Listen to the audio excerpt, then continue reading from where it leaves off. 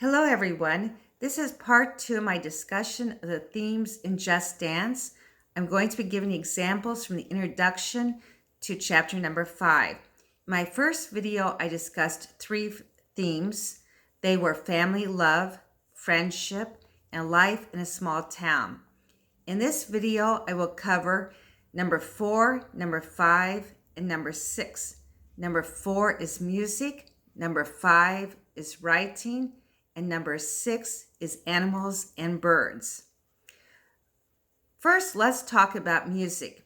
Music is very important in the story. We know that Sylvie's mother was a professional opera singer.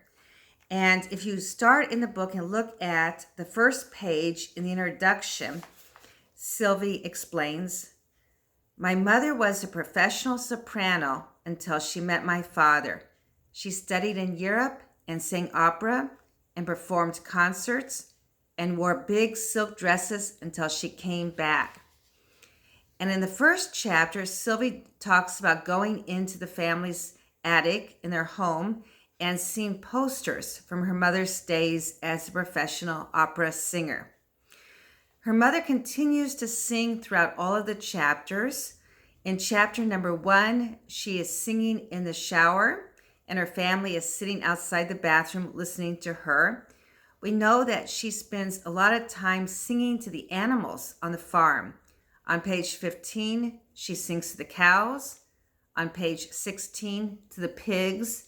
On page 21, to the sheep. On page 39, to the chickens. And I enjoyed especially reading this part from page 39 to 41 because we know that Sheriff Ludolph likes to, when he drives by the farm, park his car, roll down the windows, and listen to Sylvie's mother sing. And on page 41, Sheriff Ludolph says, "She brings me great joy." So music is so important to the story. And also I want to note that Sylvie's father also loves music. He enjoys country music, especially the music of singers like Johnny Cash and Roy Orbison. So now number 5 in our 6 themes, and that is writing. We know that Sylvie Bloom is a writer. And if you look at the cover of the book, you'll see a picture of Sylvie here writing in her notebook. As we read the story, particularly in chapter number 2, she talks about how she's going to miss her 4th grade English teacher, or 4th grade teacher, Mrs. Ludolph. And she said, "I will miss her when I go to 5th grade. She knows I can write." She wrote back to me on my stories. She asked questions. So she is delighted in chapter number 2 when Mrs. Ludolph and her husband, Sheriff Ludolph, come to visit and give her an opportunity to write Sheriff Ludolph's log for the small town paper. And on page 19, the sheriff says, "Ella says you are a great writer, and you can write the log any way you want, and people will stop laughing at me."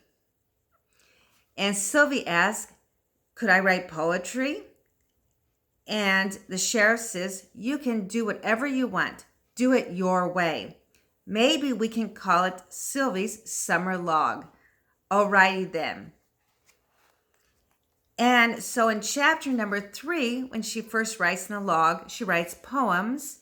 And then in chapter number 5, she writes haikus after she meets Tinker, who becomes another friend to her and another inspiration to her writing.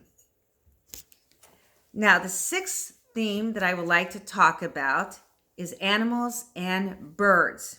If you go back to page 1 in the introduction, Sylvie writes, "I grew up on a farm.